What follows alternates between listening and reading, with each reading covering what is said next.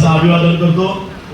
भारतीय सशस्त्र क्रांतीचे आद्यजनक आद्य क्रांतिगुरु लवजी वस्ताद यांनाही या ठिकाणी विनम्र असं अभिवादन करू। या देशातील पहिली मागासवर्गीय विद्यार्थिनी पहिली मागासवर्गीय शिक्षिका मुक्ताताई साळवे यांनाही विनम्र असं अभिवादन करू।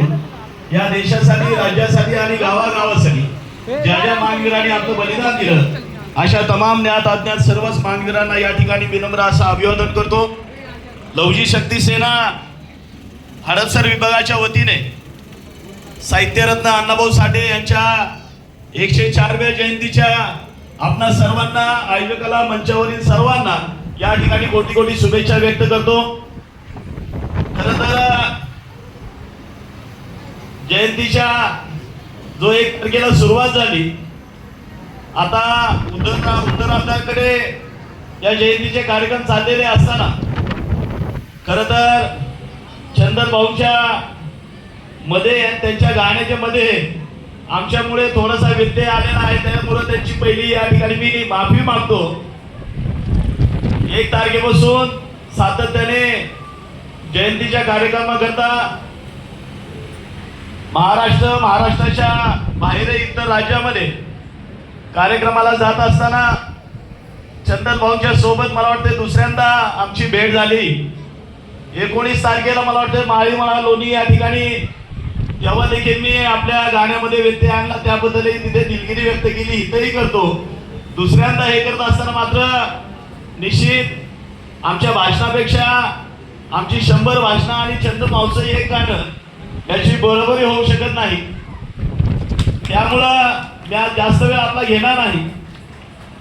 मात्र उद्या अमरावती, परवा दिवशी तेलंगणामध्ये आदिलाबाद जिल्ह्यामध्ये कार्यक्रम आहे। 8 तारखेपर्यंत जयंतीचे कार्यक्रम लवजी शक्ती सेनेच्या माध्यमातून राज्यात आणि इतर राज्यामध्ये सुरू असताना 8 तारखेला शेवटची जयंती चंदन भाऊ कर्नाटकमध्ये गुलबर्गा जिल्ह्यामध्ये आळंद तालुक्यामध्ये आहे आणि त्याच्यानंतर परत पुण्यामध्ये कार्यक्रमाला सुरुवात होणार आहे। त्यानंतर मोठं एक आंदोलन लवजी शक्ती सेनेच्या माध्यमातून आपण लवकरच या राज्यामध्ये या ठिकाणी उभा करतोय। निश्चित या ठिकाणी येत असताना थोडीशी उशीरही झाला, अर्धा तासापूर्वी आईचं ऑपरेशन झालं। याच आपल्या नोबेल हॉस्पिटलला आई ऍडमिट आहे, त्यांना स्प्रिंग वगैरे टाकलेले, नसा वगैरे ब्लॉक झाल्या होत्या आणि त्यांना आता ICU मध्ये त्या ठिकाणी भरती केल्यानंतर या कार्यक्रमाला खरं तर मला उपस्थित राहता येणार नव्हतं, मात्र सर्व टीमने या ठिकाणच्या आयोजकाने जवळजवळ 15-20 दिवस प्रचंड मेहनत कष्टाने हा आजचा कार्यक्रम घडवून आणलेला आहे, त्यामुळे या कार्यक्रमाला मला टाळता आलं नाही। हा कार्यक्रम केल्यानंतर मला उद्या अमरावतीमध्ये धामणगाव जिल्ह्यामध्ये तालुक्यामध्ये कार्यक्रम आहे आणि त्या ठिकाणी जात असताना एवढ्या मोठ्या प्रमाणावर या ठिकाणी समाज बांधव उपस्थित राहणार आहे, त्यामुळं संबोधित करणं या उद्देशाने या ठिकाणी येत असताना निश्चित आपण या ठिकाणी जयंती साजरी करतोय। मला वाटतं तिसऱ्यांदा या रामटेकडी भागामध्ये जयंती साजरी होते अण्णाभाऊंची। आज राज्यभरामध्ये अण्णाभाऊंच्या जयंतीच्या माध्यमातून संपूर्ण गावागावातील जिल्ह्यातील मातंग समाज आज एकत्रित येऊ लागलेला आहे।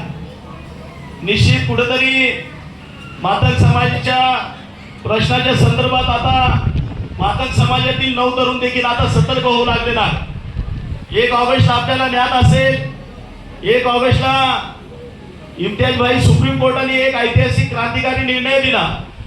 अनेक वर्षापासून ज्या विषयासाठी या लवजी शक्ती सेनेचा जन्म झाला होता, मी महानगरपालिकेची सेवा करून जवळजवळ 25 वर्षे नोकरी केल्यानंतर 2013ला नोकरीचा राजीनामा दिला आणि या संघटनेच्या माध्यमातून संपूर्ण राज्यभरामध्ये आणि इतरही राज्यामध्ये फिरत असताना मातंग समाजाचा जो सगळ्यात महत्त्वाचा जो मूळचा प्रश्न होता की मातंग समाजाला त्याच्या लोकसंख्येच्या प्रमाणामध्ये आरक्षणाचा लाभ मिळत नव्हता शिक्षणामध्ये आणि नोकऱ्यामध्ये, तो लाभ या ठिकाणी मिळण्याकरता आरक्षणाची वर्गवारी झाली पाहिजे। त्या वर्गवारीचा या ठिकाणी सातत्याने पाठपुरावा करत असताना या ठिकाणी नागपूर असेल, मुंबई असेल, महाराष्ट्र राज्यातील एकही जिल्हा असा नाही की ज्या ठिकाणी लवजी शक्ती सेनेचं आंदोलन झालं नाही।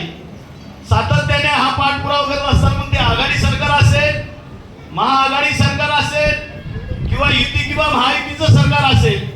मात्र दुर्दैवाने राज्य असेल किंवा केंद्रातला असेल, कोणत्याही सरकारने या मातंग समाजाच्या उपेक्षित घटकांच्या मागण्याकडे कधीही या ठिकाणी लक्ष दिलं नाही, त्या मागण्या पूर्ण केल्या नाहीत. मात्र निश्चित या देशातल्या सर्वोच्च न्यायालयाला शेवटी आमची दया आली आणि जो 74 वर्षापूर्वी जे 1950 ला आरक्षणाची सुरुवात झाली आणि तेव्हापासून सामाजिक न्यायाच्या प्रतीक्षेमध्ये असलेला माझा समाज, त्याला 1 ऑगस्टला सुप्रीम कोर्टाने निर्णय दिला आणि ते वर्गवारी करण्याची अंमलबजावणी करा म्हणून या ठिकाणी सरकारला त्यांनी आदेश दिलेला आहे. निश्चित हा निर्णय होत असताना आजवर मातंग समाज या ठिकाणी अनेक वक्ते किंवा अनेक मान्यवर या ठिकाणी मातंग समाजाची मांडणी करत असताना मातंग समाज शिकत नाही, मातंग समाजामध्ये अंधश्रद्धा आहे, मातंग समाज हा व्यसनाधीन आहे, अशा पद्धतीच्या वर्गाला केल्या जातात. खरं तर आम्ही अनुसूचित जातीमध्ये तुपेस आहे, दलित समाजामध्ये आहे. मात्र दलित समाजातल्या इतर सगळ्या जाती वेगळ्या, मांग हा फार वेगळा समाज आहे. मागाचे प्रश्नही फार वेगळे आहेत. एकंदरीत जर आपण पाहिलं, स्वातंत्र्यपूर्व काळामध्ये या देशासाठी सातत्याने ब्रिटिशांच्या विरुद्ध लढणारी जी टीम होती, त्याच्यामध्ये अग्रणी असलेला जो समाज होता तो मातंग समाज होता. या देशासाठी या मातंग समाजाच्या पूर्वजांनी आपलं या ठिकाणी रक्त सांडलेलं आहे. त्या मातंग समाजाने सातत्याने ब्रिटिशांच्या विरुद्ध लढा देत असताना ब्रिटिशांनी सन 1881 साली या मातंग समाजाला गुन्हेगार जात म्हणून घोषित केले. मातंग समाजाला 3 वेळेच्या हजेऱ्या या देशामध्ये होत्या साहेब.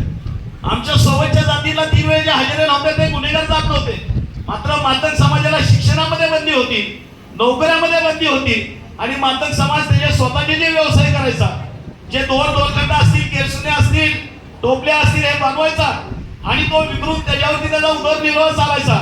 मात्र दुर्दैवाने काय झालं की 1881 ला ब्रिटिश सरकारने एक जुलमी कायदा आणला आणि मातंग समाजाला गुन्हेगार जात म्हणून घोषित केलं. गुन्हेगार जात नुसती घोषित केली नाही तर मातंग समाजाला 3 वेळेच्या हजेऱ्या सुरू केल्या. सकाळची आणि संध्याकाळची हजेरी गावातल्या चावडीवर जाऊन आमच्या पूर्वजांना द्यावी लागायची आणि रात्री 12च्या नंतरची हजेरी गावचा पाटील किंवा गावचा प्रमुख हा मांगवड्यामध्ये येऊन घ्यायचा. या अशा पद्धतीने या ठिकाणी 3 वेळेच्या हजेऱ्या सुरू होत्या. आता पूर्वीच्या काळी जर बघितलं, आम्ही साहित्य बनवायचो, केसुनी, दोरखंड, टोपल्या बनवायचो आणि ते गावोगावी जाऊन आम्ही विकायचो. मात्र परिस्थिती काय झाली की या ठिकाणी सकाळची हजेरी दिली, मात्र संध्याकाळची हजेरी चुकाय नको, त्यामुळे ते व्यवसाय त्या ठिकाणी आमचे ठप्प झाले. कारण एक जरी हजेरी चुकली तर त्या व्यक्तीला उचलायचं, डायरेक्ट 3 महिने जेलमध्ये टाकायचं. त्यांनी काही स्पष्टीकरण द्यायचं नाही, त्याच्यावर आर्ग्युमेंट होत नव्हतं आणि 3-3 महिन्याचा कारावास एक जरी हजेरी चुकली तर त्या ठिकाणी आमच्या लोकांना त्या ठिकाणी भोगावं लागायचं. एवढ्या आतोनात यातना या ठिकाणी या मातंग समाजाने सहन केलेला आहे. आणि या हजेऱ्या ज्या सुरू झाल्या त्या जवळजवळ देश स्वतंत्र झाला तरी 1961 पर्यंत मातंग समाज हा हजेरी देत होता. आज आम्हाला शिक्षणामध्ये बंदी होती आणि जो समाज शिक्षणामध्ये स्वातंत्र्यपूर्व काळापासून जो अनुसूचित जातीतला समाज आहे तो शिक्षणामध्ये स्वातंत्र्यपूर्व काळापासून पुढे होता. आम्हाला शिक्षणाला बंदी होती, आम्हाला नोकरीला बंदी होती आणि मग आमचा विकास कसा होणार. आणि मग त्या परिस्थितीमध्ये जर बघितलं तर हा मातंग समाज खऱ्या अर्थाने या देशाच्या भक्तीच्या पोटी त्याला ती मिळालेली शिक्षा, त्यामुळे तो बर्बाद झाला. आज माझा समाज हा 99% झोपडपट्ट्यामध्ये राहतो. तुम्ही महाराष्ट्रातली कोणतीही झोपडपट्टी घ्या, इथं तुम्हाला मांग आणि दुसरा आपला समाज त्या ठिकाणी दिसेल. मात्र प्रत्येक झोपडपट्टीमध्ये सगळ्यात जास्त संख्येमध्ये असलेला माझा मातंग समाज. अनेक वर्ष या देशाची गावाची सेवा आम्ही करत आलो. आज जर मातंग समाजाचा गावागावातला जर आपण इतिहास पाहिला तर प्रत्येक गावासाठी योगदान आणि बलिदान दिलेला हा माझा मातंग समाज आहे. आपण या ठिकाणी जर अनेक गावांचं जर माहिती घेतली, आपला शेंद्राचा मांगीर बाबा असेल, त्या ठिकाणी मातंग समाजाचं योगदान आहे. आपण सांगलीचा वाडेगावचे आपले फकीरा राणोजी मांग, त्यांचे वडील राणोजी मांग, त्यांनी गावासाठी आपलं बलिदान दिलं. खोताच्या गावातलं जोगती आणतात त्या ठिकाणी आपलं शीरटक्की दिलं. म्हणजे बलिदान देण्याची परंपरा गावागावासाठी या मातंग समाजाने आजवर निभावलेली आहे. गावाच्या बाहेर राहणारा हा मातंग समाज, गावाचं रक्षण करण्यासाठी राहणारा हा मातंग समाज. मात्र दुर्दैवाने गावाचं रक्षण करता आला, देशाचं रक्षण करता आला, मात्र त्याच्या आरक्षणासंदर्भात मात्र दुर्दैवाने आजपर्यंत कुठला नेता, कुठला पक्ष आजपर्यंत बोलला नाही, कुठलं सरकार बोललं नाही. मात्र शेवटी सुप्रीम कोर्टाला तो निर्णय घ्यावा लागला आणि तो निर्णय 1 ऑगस्टला आमच्या पत्रामध्ये पडलेला आहे. दुर्दैव बघा, शोकांतिका पहा, या 7 पिढ्यांची दलित त्या निर्णयाने आमची गेलेली आहे. आता या रामटेकडीत मध्ये सुद्धा येत्या 5-10 वर्षामध्ये मांगाचा कलेक्टर कमिशनर हा निर्माण होऊ शकतो, अशी परिस्थिती त्या निर्णयाने निर्माण झाली. मात्र अजूनही आम्हाला त्याची खबर नाही. दुर्दैव बघा, शोकांतिका बघा, या आजही आमच्या समाजाला ते माहित नाही की त्याच्या पत्रात काय टाकलंय. सुप्रीम कोर्टाने टाकलंय, कुठल्या पक्षाने नाही, कुठल्या नेत्याने नाही, सुप्रीम कोर्टाने तो निर्णय दिलाय.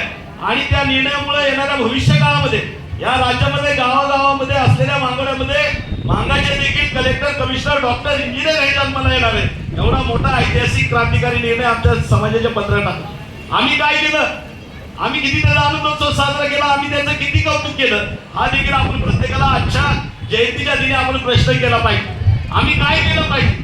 या ठिकाणी एवढा मोठा निर्णय आपल्या बाजूने लागलेला असताना देशातली परिस्थिती पहा. आम्ही ज्याला कालपर्यंत दलितांचे नेते, बहुजनांचे नेते म्हणायचो, तो समाज ते नेते मंडळी आज रस्त्यावर उतरलेले आहे. ज्यांनी 21 तारखेला भारत बंद केला, आज त्याच्यामध्ये मायावती असतील, आपला चिराग पासवान असेल, आम्ही त्यांना आमचं दैवत मानायचो, आम्ही आमचे नेते मानायचो. अनेक दलितांचे नेते आज त्या आरक्षणाच्या वर्गीकरणाच्या विरोधामध्ये बोलतायत.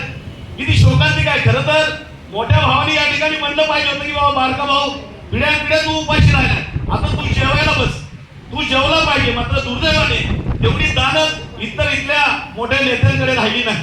त्यामुळे आपलं एक कर्तव्य राहणारे बांधवांनो, ज्याला आपल्या समाजाच्या, आपल्या भावी पिढीच्या भविष्याची चिंता आहे, त्यांनी तो 1 तारखेचा जो निर्णय झालाय त्याच्या संरक्षणार्थ आपण तयार असलं पाहिजे. कारण लढाई अजून संपलेली नाही. निर्णय सुप्रीम कोर्टाने दिलाय, मात्र त्याची अंमलबजावणी ही राज्य सरकारला करावी लागणार आहे. आणि राज्य सरकार आपल्याला घर बसल्या आता देणार नाही, त्यासाठी आपल्याला लढा देखील द्यावा लागणार आहे. लवजी शक्ती सेनेचा हा विडा उचललेला आहे. लवजी शक्ती सेनेचा जन्मच त्या आरक्षणाच्या वर्गीकरणाच्या संदर्भामध्ये झालेला आहे.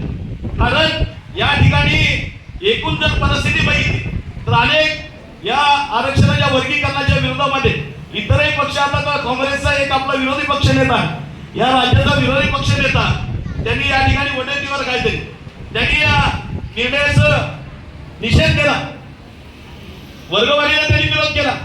म्हणजे किती नालायक माणूस असेल बघा. राज्याचा विरोधी पक्ष नेता आहे, त्यांनी या ठिकाणी उपेक्षित शोषित घटकांच्या बाजूने बोललं पाहिजे, सरकारच्या विरोधामध्ये बोललं पाहिजे. तर हा नालायक इथं जो उपेक्षित घटक आहे त्यांच्या विरोधामध्ये बोलतो. सुप्रीम कोर्टाने निर्णय दिला, अनेक राजकीय नेते मंडळी या ठिकाणी या विरोधामध्ये बोलत असताना तुम्ही आम्ही मात्र ते लक्षात घेतलं पाहिजे. निश्चित लवजी शक्ती सेना आज भारतीय जनता पक्षासोबत मित्र पक्ष म्हणून या ठिकाणी काम करते. मात्र कुठपर्यंत आमचे प्रश्न सुटतात तिथपर्यंत निश्चित भारतीय जनता पार्टीने बरंच या 24 मध्ये जर आपण पाहिलं चंदन भाऊ, तर बरेचसे निर्णय आपल्या बाजून दिले. मग ते संगमवाडीचा आपला आद्यक्रांतिगुरू लवजी वस्त्र साळवेंचं स्मारक असेल, वाटेगावचं अण्णाभाऊचं स्मारक असेल, मुंबईचं चिराग नगरीचं स्मारक असेल, पार्टीच्या धर्तीवर आरटीची स्थापना असेल, अनेक निर्णय या ठिकाणी मातंग समाजाच्या बाजूने दिलेले असताना पिढ्यानपिढ्या हा मातंग समाज, तुमचे आमचे पूर्वज पिढ्यानपिढ्या ज्या काँग्रेसला मतदान करत होते, त्या काँग्रेसने गेल्या 74 वर्षामध्ये मातंग समाजाचा खासदार आमदार सोडा डायरेक्ट, मात्र साधा नगरसेवक सुद्धा टॉप मध्ये घेतला नाही. मात्र बीजेपीने निश्चित आंबीची बोरकेला या ठिकाणी न्याय देऊन मातंग समाजाच्या पत्रामध्ये एक विधान परिषद टाकलेली आहे. कुठेतरी आम्हाला अपेक्षा आहे, आशा आहे, निश्चित त्यांच्याकडून आम्ही येणाऱ्या काळामध्ये म्हणजे लवकरच हे सरकार जाण्यापूर्वी आमचा जो आरक्षणाचा जो प्रश्न आहे तो त्यांनी या ठिकाणी निकाली लावला पाहिजे. मात्र निश्चित जाता जाता या जयंतीच्या दिनी माझी सगळ्यांना विनंती असणार आहे की या ठिकाणी आम्ही तो संकल्प केला पाहिजे की येणाऱ्या कालावधीमध्ये या ठिकाणी जो कोणी आमच्या आरक्षणाच्या, आमच्या भावी पिढीच्या हिताच्या आडवाई त्याला आडवं करण्यासाठी तुम्ही आम्ही सज्ज राहिलं पाहिजे. एवढा संकल्प मात्र तुम्ही आजच्या दिनी केला पाहिजे. निश्चित या ठिकाणी जात असताना अनेकांनी या ठिकाणी आजच्या कार्यक्रमाकरता खूप परिश्रम घेतलेले आहेत. त्यांचं कौतुक करावं तेवढं मी धन्य समजतो की अशा प्रकारचे कार्यक्रम देखील आपल्या वस्तीमध्ये झाले पाहिजे, प्रबोधनाचे कार्यक्रम झाले पाहिजे, समाजाचं प्रबोधन या ठिकाणी झालं पाहिजे. इम्तियाज भाई निश्चित आपल्याला ज्ञात आहे की या मतदारसंघामध्ये, या प्रभागामध्ये सुद्धा मातंग समाजाची लोकसंख्या लक्षणीय आहे. मात्र दुर्दैवाने गेल्या 15 वर्षापासून या ठिकाणी मातंग समाजाला प्रतिनिधित्व मिळालं नाही. मला वाटतं 15 का 20 वर्ष झाले काहीतरी मातंग समाजाला या ठिकाणी प्रतिनिधित्व मिळालं नाही. आपण साहित्यरत्न अण्णाभाऊ साठेंच्या उद्यानाच्या संदर्भात या ठिकाणी भाष्य केलं. निश्चित या संदर्भात या ठिकाणचे पदाधिकारी आम्ही स्वतः या ठिकाणी लक्ष देऊन अण्णाभाऊ साठे उद्यानाच्या संदर्भामध्ये या ठिकाणी आयुक्त असतील किंवा या ठिकाणचे जे कोणी राजकीय आमदार असतील किंवा खासदार असतील त्यांच्याशी बोलून आम्ही पाठपुरावा करू. मात्र आपलंही या ठिकाणी तुपे साहेब आहेत, इम्तियाज भाई आहेत, आपलंही या ठिकाणी लक्ष असतं, समाजावर आपलं या ठिकाणी प्रेम आहे. त्यामुळे आपली या ठिकाणी थोडीशी जबाबदारी आहे. आपणही आपल्या पातळीवर या संदर्भात आपण प्रयत्न करावा. जाता जाता एवढंच आपल्याला या ठिकाणी मी विनंती करेन की आमचा समाज प्रामाणिक आहे साहेब, भोळा आहे, इमानी आहे. मात्र दुर्दैवाने याच्या इमानाची आजपर्यंत कोणी किंमत राखली नाही. निश्चित आपल्यासारखे या ठिकाणच्या पदाधिकाऱ्यांना या ठिकाणी शबासकीची थाप देता आपण या ठिकाणी सहकार्य करता. अशाच प्रकारचं सहकार्य इथून पुढच्या काळामध्ये आपण करावं एवढीच आपल्या सर्वांना या ठिकाणी मी विनंती करतो. पुन्हा एकदा चंदनभाऊ यांची दिलगिरी व्यक्त करतो, आपली या ठिकाणी दिलगिरी व्यक्त करतो. चंदनभाऊ फक्त एक किंवा दोन गाणं ऐकून मला इथून जाण्याची आपण परवानगी द्या एवढंच या ठिकाणी व्यक्त होतो. थांबतो. सर्वांना क्रांतिकारी जय लवजी, जय लवजी.